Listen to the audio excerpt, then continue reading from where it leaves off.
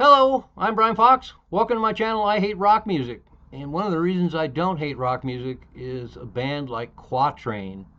And I've done a lot of videos, and I really enjoy all the bands I talk about. Otherwise, I wouldn't even talk about them. And I'm probably going to do a separate video talking about some of my modus operandi doing this channel, because I know there's a lot of collectors out there that hype what I consider boring or mediocre records, or just not that interesting.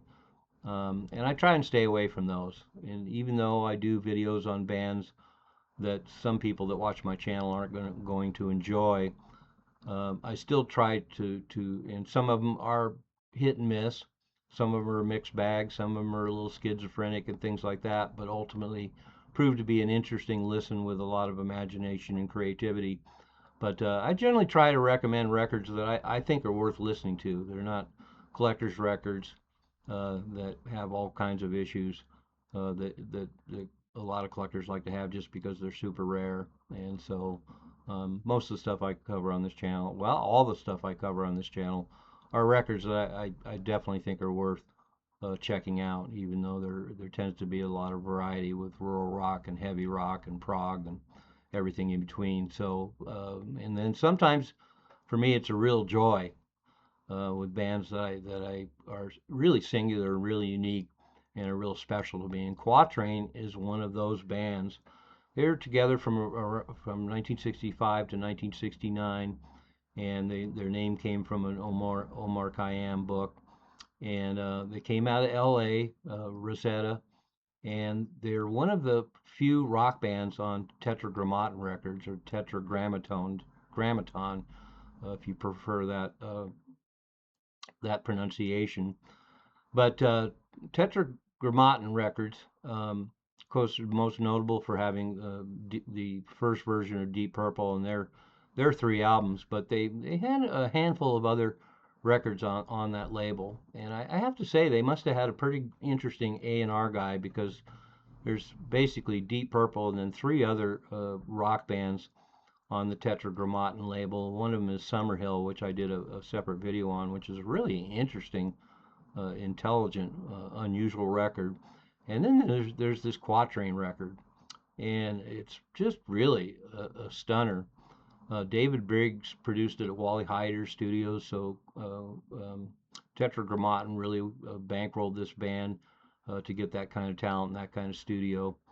And so let's get into the band a little bit. They started out as the Fourth Shadow between 1963 and 1966, and then they were known for the as the Berries in 1966, and then they changed their name to Quatrain in 1967.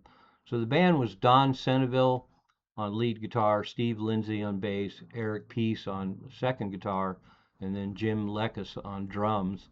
And so that classic two guitar bass drums lineup. And they were also briefly known as Human Jungle, and actually put out a couple singles on Double Shot Records. And then actually we call it, so they've gone through a bunch of names. They were also briefly known as the Plastic Zoo.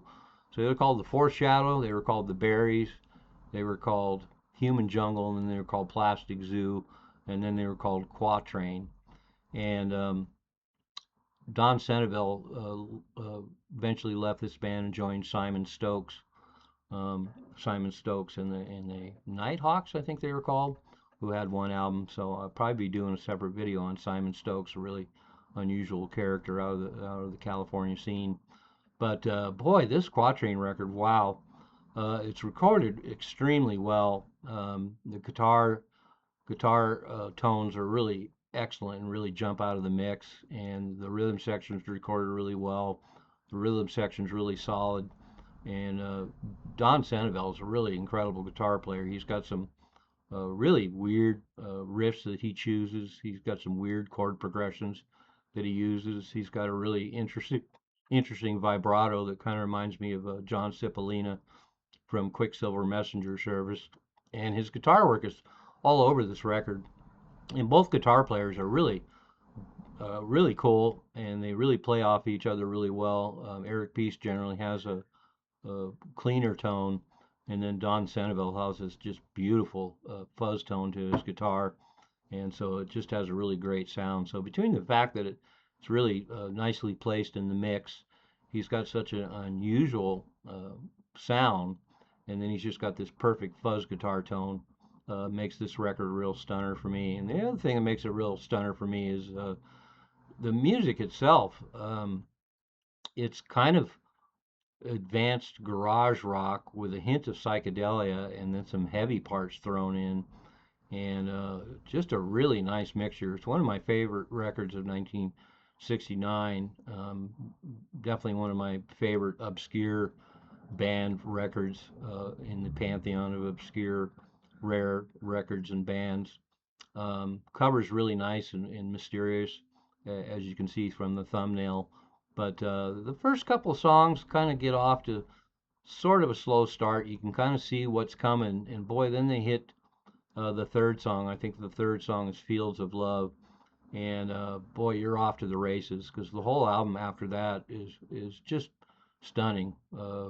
Like I say, a lot of great moments of heaviness and just this psychedelic proto-punk mix. Really unusual. I can't really compare them to any other bands. And then on top of that, Sunday's Records put out a double LP reissue of this album and has a bunch of bonus material on it. And you can, I think, about 7 songs, and I'll include all those below. And a couple of the tunes you can tell are actually from the sessions, the 1969 sessions for this Quatrain album. But there's a couple of tunes that sound like they're probably started working on a second album. They sound like they're from maybe 1970 or 71, but they get even better. And I think the vocals on the record are pretty cool. And that's one of the things that gives it sort of a garage feel because he's got really a nice classic garage band kind of vocal style to him, and then a little of that mysterious California, Jim Morrison influence to a certain extent. Some of it kind of reminds me a little bit of a more advanced, complex music machine.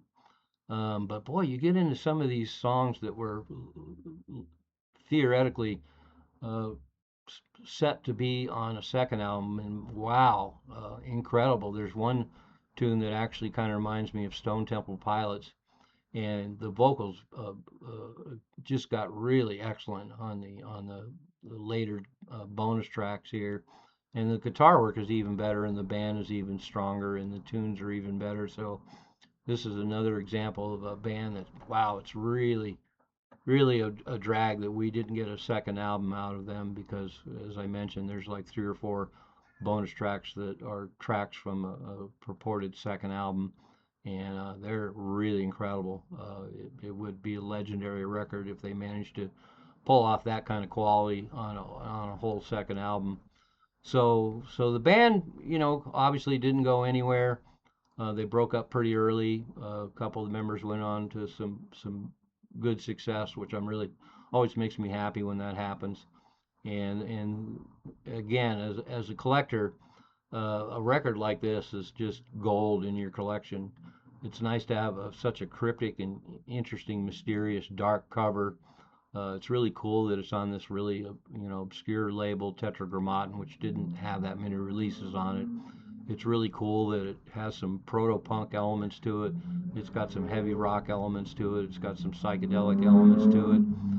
That the singing is really cool, and the fact that basically once you get past the first 2 tunes, the rest of the songs on the album is really strong material with really interesting arrangements, really cool breaks. The playing's great, the mix is great, the recording is great. And basically sounds like the 4-piece band. There really isn't much else added to this band, so they must have been a pretty awesome band to see live, as far as I can tell from this record.